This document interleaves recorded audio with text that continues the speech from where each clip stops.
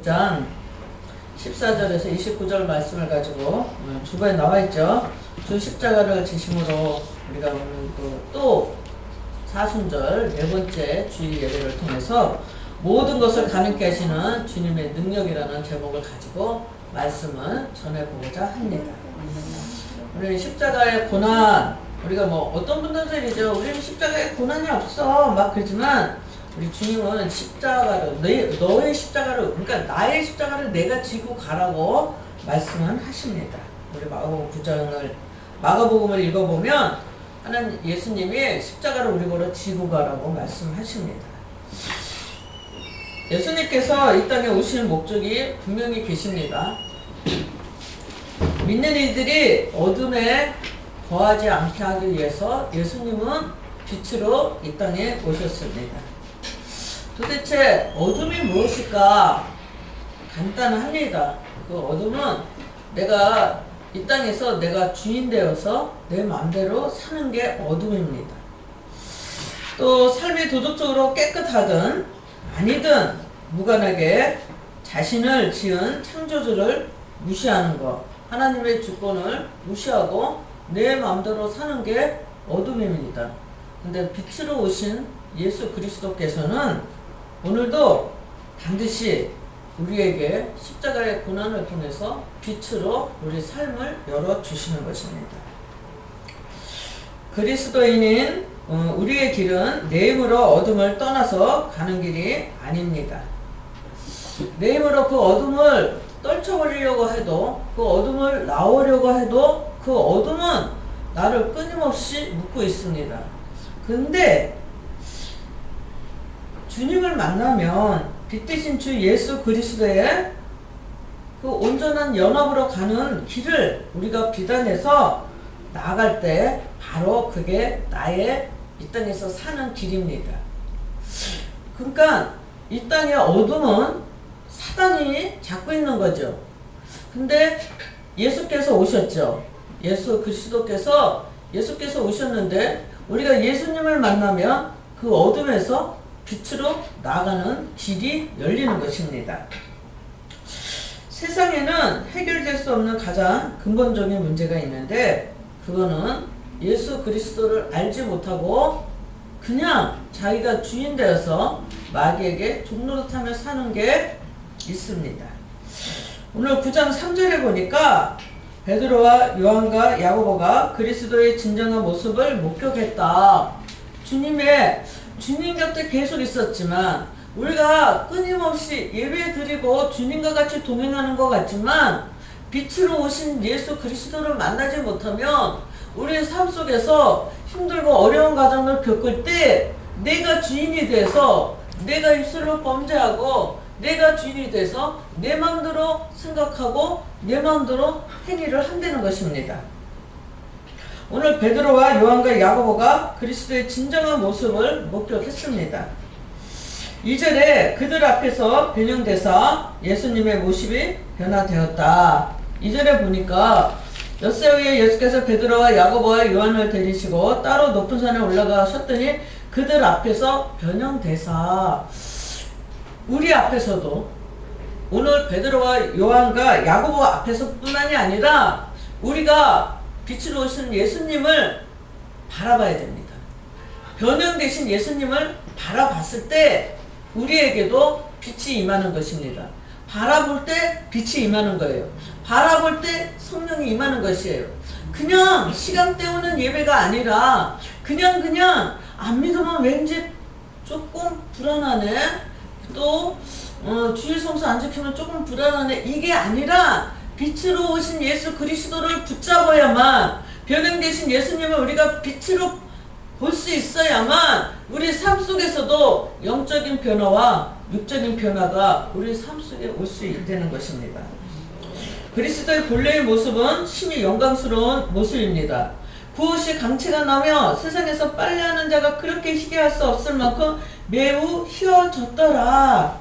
얼마나 빛이 광채가 나면 빨래한 것보다 더 희고 세상 이렇게 희게할 수 없을 만큼 굉장히 희어졌더라. 빛은 우리가 상상할 수 없는 광채입니다.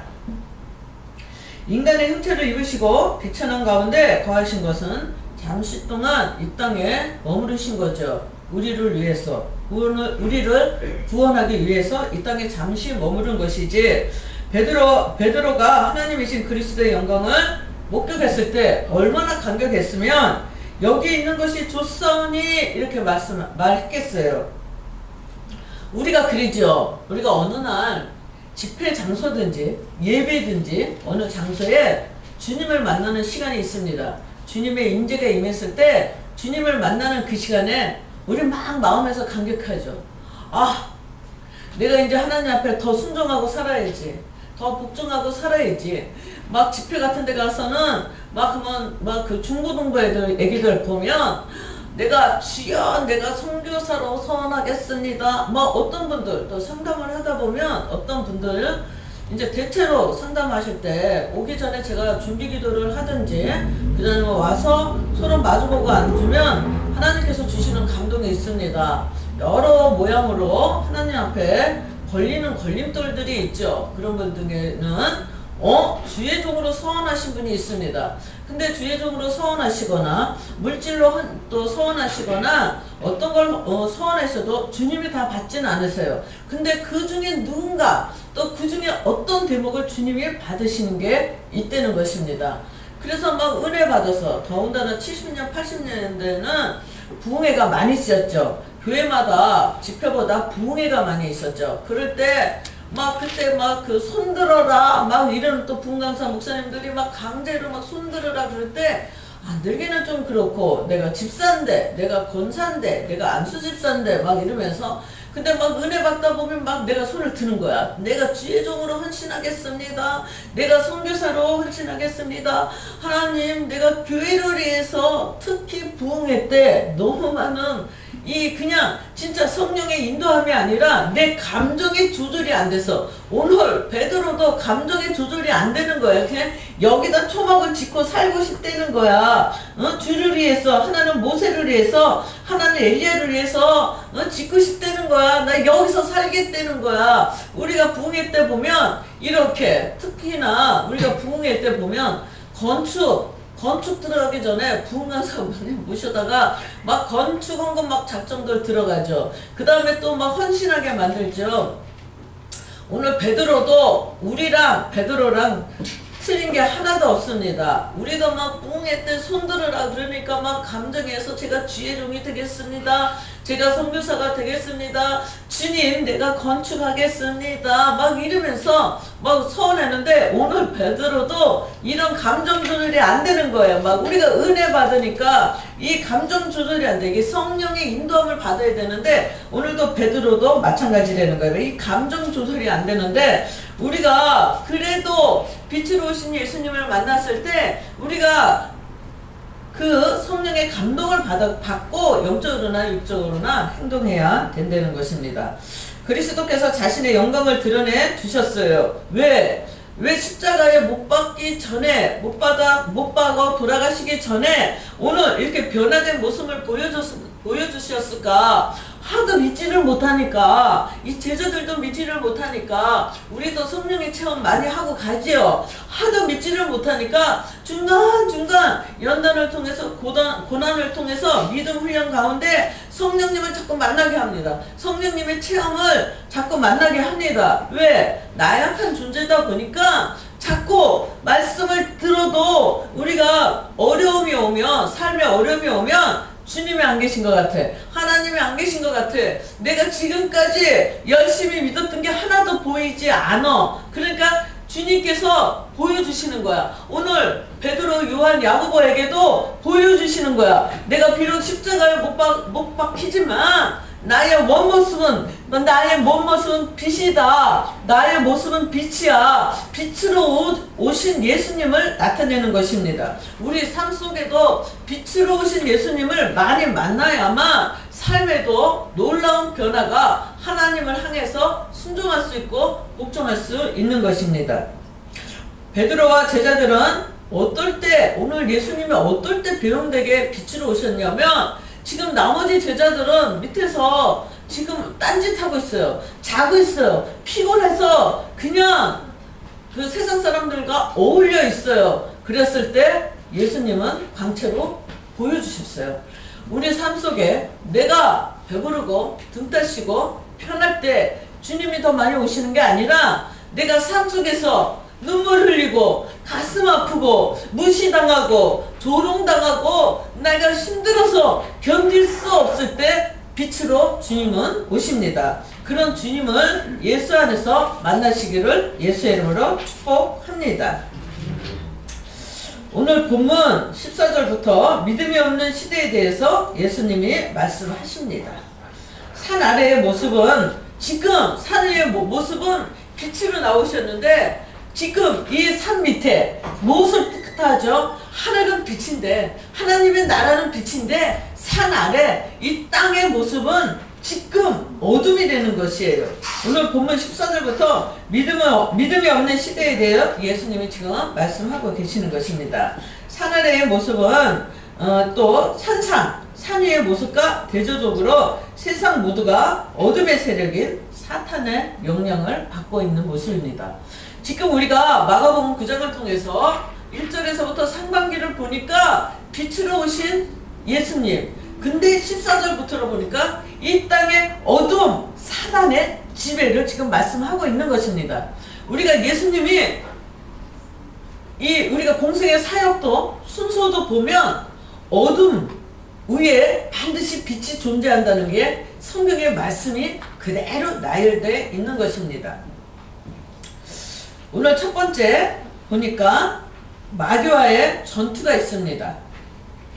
예수님이 변화산에서 내려왔을 때 제자들은 귀신 들린 아이를 고치지 못해서 당황하고 있었어요. 아이의 부모는 예수님을 만나자마자 자기 아이를 살려달라고 청원합니다. 그때 예수님은 그 아이를 데려오라 그래서 지금 귀신을 쫓아줍니다.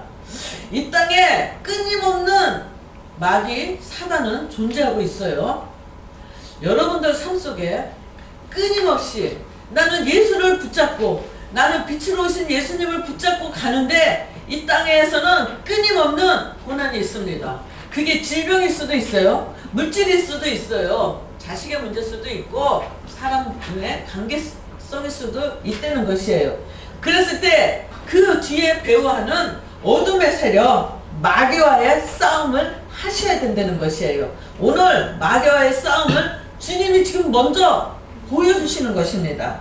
그래서 아이를 살려달라고 청원하는 그때 예수님은 25절에 보니까 예수께서 무리가 달려와 모이는 것을 보시고 그 더러운 귀신을 꾸짖었대. 사단은 귀신은 꾸짖어야 나갑니다. 그러면서 내가 네게 명하노니 그 아이에게서 나오고 다시 들어가지 말라.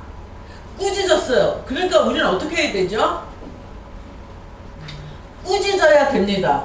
우리가 질병도 하나님 내 머리가 아파요. 머리가 낫게 해주세요. 이렇게 기도하시는 것보다 물론 이런 방법도 있지만 이렇게 기도하시는 것보다 이 머리에 통증을 주는 이 더러운 귀신은 더러워요. 우리가 보면 정신적으로 이상 있는 분들 보면 깜깜한 방에 씻지도 않고 정신적으로 이상님 보면 무진장 물건을 더러운 물건을 막 싸놓고 자기는 씻지도 않고 어둠 속에 있죠. 그렇기 때문에 귀신은 더럽습니다.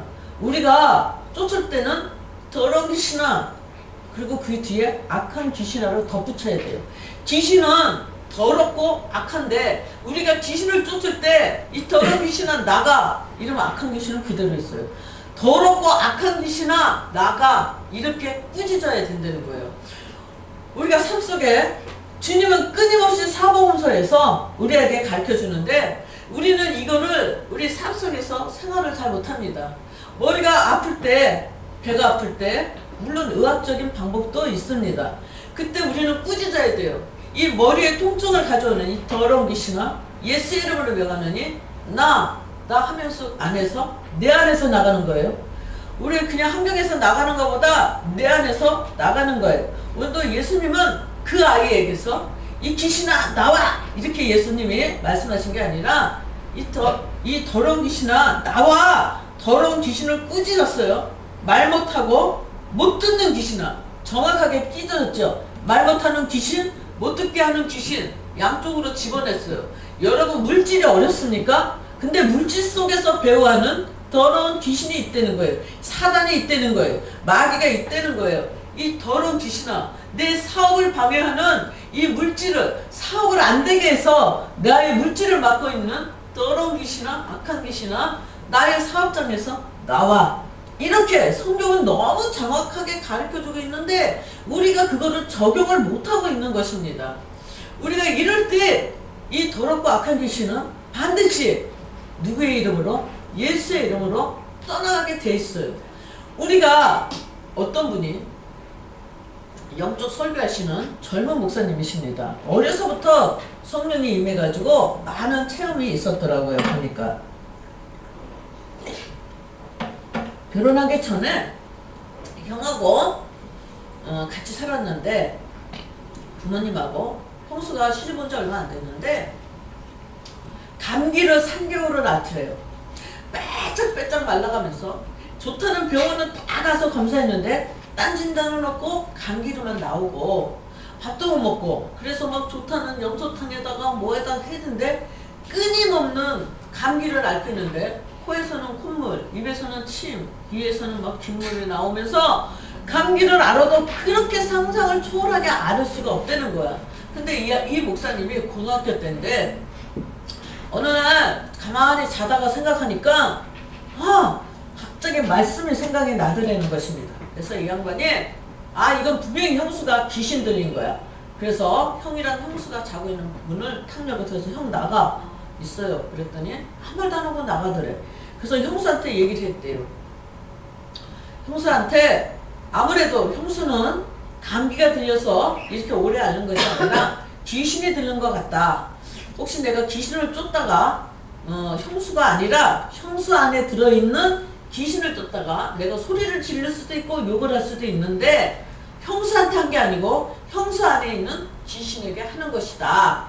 그래서 계속 형수 눈을 막 째려보면서 이 감기 들리게 한 이 더러운 귀신, 악한 귀신 나가 막 하다가 나가 막 소리를 지르면서 막 그리고 얼마를 했는지 모른대요. 여러분들 그냥 내 삶 속에 이 사단을 쫓아야 되는 거, 귀신을 쫓아야 될 때 한두 번 하고 끝나는 게 아니라 나갈 때까지 이것도 기도를 하셔야 된다는 거예요.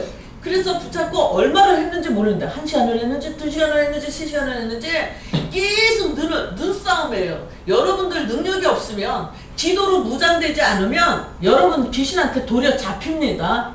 귀신한테 잡히는 거 뭐죠? 그 귀신이 나오긴 했는데 나한테 들어오는 거예요. 그래서 기도 외에는 이런 능력이 나갈 수 없다.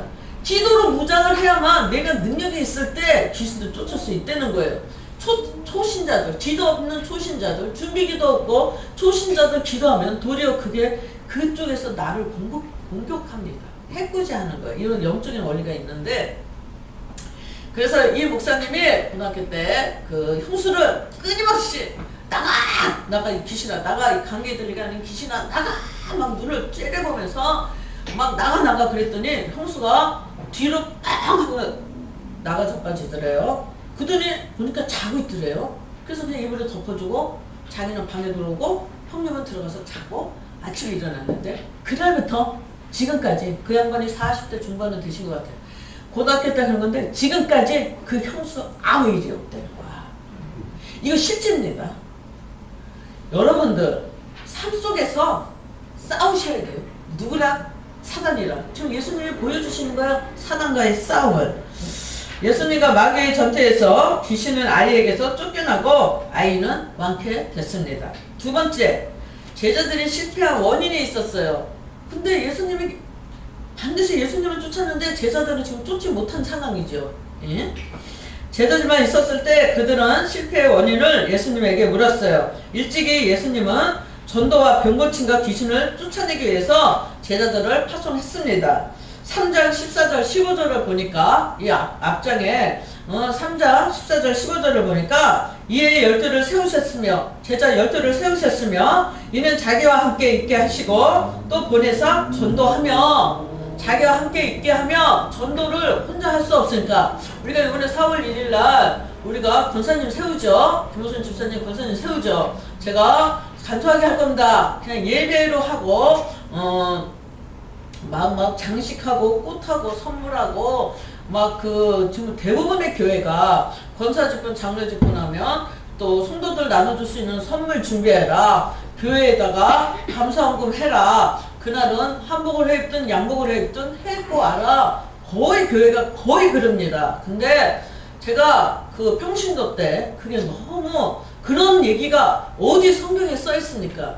물론 본인이 넉넉해서 형편이 좋으면 내가 권사로서 권사 직분을 받음으로써 교회에다가 작은 거 하나라도 뭐 해놓을 수 없을까 이래서 본인이 넉넉해서 하는 거는 주님 앞에 하는 거예요. 하나님 앞에 하는 거니까 어쩔 수 없지만 주의 종이 담임 목사가 강요해서 막 한복 50만원 100만원짜리 했고 양복도 막 50만원짜리 했고 또 그 옛날에 그 집사 때 다니던 교회에서는 보니까 스타렉스 봉고차 안수 집사들 받는 분들이 걷어서 해놔라. 그래서 그 스타렉스 봉고차를 해놓더라고요. 근데 제가 성경에 어디 그게 써있습니까? 뭐냐면 오늘 14절 말씀과 똑같이 3장 14절 말씀과 같이 주님을 돕는 거예요. 주의 종을 돕는 거예요. 하나님 일을 같이 하기 위해서 예수님이 제자들을 세운 것처럼 담임 목사 혼자 못하니까 권사님을 세우고 집사님을 세우고 장로 안수 집사를 세워서 하나님의 일을 뭐 한다 그랬어요. 3장 14절에 보니까 전도하기 위해서 하나님 복음을 전도하기 위해서 같이 동력하자고 세우는 거예요. 무슨 명예가 아닙니다. 막 대형교회 큰 교회에서 집사직분 받을 때 우리 진짜 이은경 집사님 우리 사돈이 집사직분 받는데 담임 목사가 개인 면담하면서 집사직분 200만원씩 헌금 감사헌금 하라 그랬대.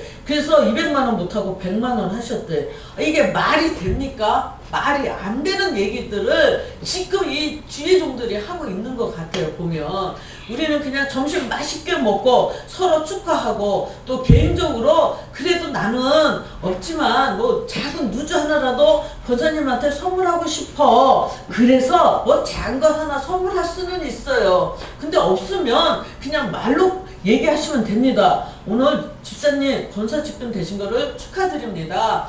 하나님의 은혜가 넘치게 임하기를 축복합니다. 이렇게 말로 하면 되지. 권면하면 되고 감사하면 되지. 그게 뭐가 필요하냐 이거야. 우리가 세워지는 직분은 제자들을 세운 직분은 뭐냐면 전도하기 위해서. 그 다음에 두 번째 3장 15절에 보니까 귀신을 내쫓는 권능도 가지게 하시리라. 같이 사역을 하자는 거야. 같이 받은 은사대로 같이 사역을 하자는 거야. 오늘 예수님이 제자들에게 이거를 지금 주셨어요. 12제자들을 세워가지고 지금 너희들에게 전도하게 위해고 귀신 쫓고 권능이 임해서 사역을 같이 하자 세웠어요. 근데 어느 날부터 지금 제자들이 귀신 하나를 못 쫓는 거야. 그래서 오늘 본문이 그 내용입니다. 예수님은 제자들에게 복면 줄 수 있는 은사도 주셨고 권능도 주셨어요. 그러나 제자들은 이 은사를 보존하고 유지하기 위한 기도를 드리지 못했다는 거예요. 오늘 29절에 보니까 이르시되 주님 왜 우리는 귀신을 분명히 우리도 쫓았었는데 우리가 귀신을 분명히 쫓았었는데 예수님이 안 계시니까 우리가 왜 못 쫓고 주님은 어떻게 해서 쫓으셨습니까? 그랬더니 그 답변이 뭐냐면 29절 기도 외에 다른 것으로는 이런 종류가 나갈 수 없느니라. 굉장히 중요한 말씀이에요. 우리가 자동차에는 기름이 들어가야 돼요. 휘발유든 경유든 가스든 기름이 들어가야 되죠. 많이 움직이면 기름이 점점 달아서 다시 충전을 해야 되죠. 우리의 이치도 또 그거와 비슷한 것 같아요. 보면은 우리가 사역을 하죠. 누구를 위해서 기도를 해서 우리가 누구를 붙잡고 기도를 안 해도 우리가 기도를 하다 보면 중보하죠.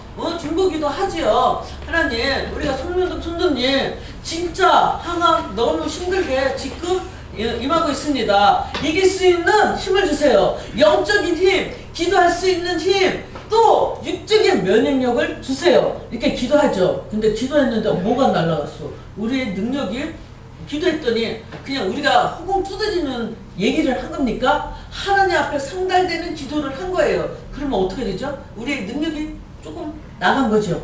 나가죠. 근데 나간 만큼 여러분이 기도해서 보충이 돼야지 그 다음 능력이 기도했을 때 우리가 기도를 많이 하면 뭐하니? 기도를 많이 하고 사역을 했을 때 다시 보충되는 시간과 기도가 여러분에게 임하셔야지 능력이 점점 권능이 점점 커질 수 있다는 것입니다. 오늘 그 얘기를 하시는 거예요. 세 번째, 우리가 받은 은사들이 반드시 있습니다. 여러분들 은사가 없는 분은 한 분도 없어요. 은사가 반드시 있습니다. 여기서 우리는 가장 귀중한 교훈을 알 수 있는데, 하나님은 우리에게 여러가지 은사의 선물을 반드시 주셨습니다. 본인들이 잘 알아요. 내가 받은 은사가 어떠한 것인지 본인들이 너무 잘 압니다. 우리가 하나님과 긴밀한 접촉을 가지지 않으면 이 은사는 쓸모가 없게 됩니다. 이 은사가 우리에게 임해야 되고, 우리가 은사를 사용하고 기도로 권능이 점점 임하면 그 은사가 점점 커지는 것에 점점 세해지는 게 아니라, 우리가 기도가 동반되면 기도 외에는 이런 유가 나갈 수 없다, 이런 종류가 나갈 수 없다, 기도가 동반되면 반드시 우리에게도 권능이 임한다는 거야. 하늘에서 주시는 능력이 임해서 우리에게도 능력 행함이 있다는 것이에요. 여러분들, 우리는 하나님의 선물을 받았다고 자랑할 것이 아니라 하나님께 영광을 돌리기 위해서 받은 은사를 땅에 묻어오면 안 됩니다. 한 달란트 받은 종과 5달란트 받은 종, 5달란트 받은 종은 사용했죠. 늘려놨죠. 여러분 은사도 마찬가지입니다. 내가 바쁘다고, 내가 게을러서, 내가 뭘 할 수 있다고 묻어놓으시면 어떻게 돼요? 하나님이 쫓겨나는 게 뭡니까? 지옥을 가는 거야. 은사 사용 안 했더니 지옥으로 가는 거야. 이를 갈며 울 날이 있다는 거잖아. 슬피 왜 이를 갑니까? 주님의 재림 때 왜 슬피 이를 갈겠어요? 그럼 뭡니까? 하나님 백성으로서 죄를 보는 거죠. 여러분들 가진 은사를 사용하셔야 됩니다. 내가 은사가 뭘까? 내가 귀신 쫓는 은사를 가졌을까? 그렇지 않으면 나는 반찬을 진짜 맛있게 반찬을 만드는 은사를 가지고 나는 성도들을 대접할 거야. 나는 뭔지 작은 게 있으면 뭐든지 나눠주고 싶어. 그 김원선 집사님네 오시는 권사님, 그분은 아침에 눈 뜨면, 제가 한번 말한 적이 있어요. 눈 뜨면 오늘 누구 뭐 줄 거 없나? 오늘 누구를 만나서 뭘 줄 거 없나? 그걸 생각하신다는 거야. 그것도 은사입니다. 그러니까 여러분은 다 같지는 않아요. 은사는 다 각자입니다. 그리고 신선일 집사님도 보면 운전하시잖아요. 그 옛날에 성화교회 집사 때도 아침부터 저기 신내동까지 차량 봉사 하셨어요. 무료로. 그래서 사례비 주는 것도 안 받고 기름값도 안 받고 그냥 봉사했었습니다. 그런 것처럼 각자의 은사는 있습니다. 근데 은사를 반드시 묻어두지 마시고 사용하셔야 된다는 것입니다. 네 번째, 문제를 가지고 예수님께 나왔습니다. 여러분들 작은 문제 있습니까? 큰 문제 있습니까? 반드시 이런 건 기도하고, 이거는 기도해야 되고, 이거는 기도 안 해야 되고, 그거는 여러분의 판단으로 맡기시면 안 됩니다. 작은 걸 하나라도, 큰 문제도, 아주 우리가 너무너무 사면 초과가 되는 문제도 다 기도를 하셔야 됩니다. 다 주님께 가지고 나오셔야 된답니다. 아이의 아버지는 귀신 들린 아들로 인해서 언제까지나 고통과 좌절 속에서만 머물러 있지 아니했습니다. 이때에는 복음서가 없었죠. 이때에는 우리가 모세의 오경뺏기, 아직 신학이 만들어지지 않은 시대에 예수님 앞에 나왔다는 것은 굉장히 큰 믿음입니다. 지금은 얼마나 큰 말씀들이 홍수같이요 우리가 아무 데서나 들을 수 있죠. 그런데도 이 믿음이 지금은 너무너무 나약해지고 있는 것입니다. 우리가 작은 문제든 큰 문제든 하나님 앞에 끝까지 가지고 나와서 응답 받을 때까지 기도를 하시기를 바랍니다. 기도하실 때 놀라운 성령의 역사가 일어납니다. 자기 문제를 들고 나왔어요. 그는 예수님이야말로 수고하고 무거운 짐진 자들을 편히 쉬게 해주시는 분이심을 이분은 믿음으로 알았다는 것입니다. 우리도 문제를 만났을 때 그것을 해결하기 위해서 예수님을 찾아야 됩니다. 우리가 느헤미야 설교를 들었을 때, 말씀을 전했을 때 느헤미야가 그 왕이 네가 왜 이렇게 수심에 찼냐 그랬을 때 잠깐 묵도했죠. 나의 삶 속에 모든 문제는 묵도든 기도든 끊임없이 하나님한테 물어보고 하나님 앞에 기도해서 응답을 받으실 때 여러분에게 삶의 변화가 오고 이게 여러분에게 축복으로 이어지는 것입니다. 다섯 번째, 불완전한 기도를 하였어요. 22절에 보니까 무엇을 하실 수 있거든 도와주십시오. 우리도 기도할 때 그랬죠. 이게 될까? 이게 될까? 이러면서 기도할 때 있죠. 근데 이러한 태도는 두 마음을 품은 태도지만 그래도 그 불완전한 가운데서도 기도를 했다는 거예요. 여러분이 의심하는 가운데서도, 여러분들이 기도하는 의심하는 가운데서도 기도는 반드시 주님 앞에 하셔야 된다는 거예요. 그 불완전한 기도가 완전한 기도, 응답의 기도로 바꿔진다는 것입니다. 여섯 번째, 불완전한 기도가 응답받는 기도로 발전했어요. 처음에는 의심을 가지고 간구하던 아이의 아버지가 23절에 보니까 믿는 자에게는 능히 하지 못할 일이 없느니라. 여러분들의 삶 속에 믿음을 가지셔야 된다는 것이에요. 우리가 참 나부터이라도 약한 게 뭐냐면 응답이 더뎌올 때 잠깐 동안 마음속에서 갈등이 생길 때가 있습니다. 근데 이게 우리가 불의로만 사용하지 않는다면은 반드시 믿는 자에게는 하나님의 응답이 있다는 것이에요. 주님의 응답이 있다는 거예요. 믿는 자에게는 능히 하지 못할 일이 없느니라. 믿음을 가지고 응답 받을 때까지 끝까지 하셔야 된다는 거예요. 그랬더니 24절에 보니까 내가 믿나이다. 그러면서 뭐라 하냐면 나의 믿음 없는 것을 도와주소서. 우리가 믿음 없는 것들 주님한테 도와달라고 구하셔야 된다는 것이에요. 불완전한 기도를 했어요. 의심하는 기도를 했습니다. 내가 기도한다고 이게 열어질까? 기도한다고 이 문제가 해결될까? 근데 믿음 없는 기도, 의심하는 기도, 나약한 기도로 주님 앞에 부르짖고 기도했더니 내 마음은 갈등이 생겼지만 내 생각은 의심을 했지만 그래도 문제를 가지고 주님 앞에 나와서 기도를 했더니 어떻게 됐어요? 응답이 됐지요. 여러분에게도 그 불완전한 기도가 완전히 응답받는 기도로 변화될 수 있다는 것이에요. 이 아이의 아버지에게, 이 아이에게만 임한 게 아니라 이거는 우리 삶 속에 적용이 돼야 됩니다. 그래서 내가 믿나이다. 나의 믿음 없는 것을 도와주소서 라고 기도했더니 어떻게 됐어요? 바른 기도에는 반드시 응답이 되는 것입니다. 이렇게 주님의 역사는 반드시 여러분 삶 속에서 남의 일이 아니라 내 일이 됩니다. 내가 가지고 주님 앞에 나아갔을 때 여러분에게는 놀라운 성령의 체험이 여러분 삶 속에 임하는 것입니다. 사면이 초과됐습니까? 응답이 없습니까? 끝까지 되겠어 우리가 삶 속에서 나는 불가능하지만 주님 앞에 가지고 나오면 가능으로 변하는 게 성령께서 하시는 일입니다. 성령의 응답입니다. 모든 문제는 믿음을 가지고 나가면 주님께서 반드시 해결해 주십니다.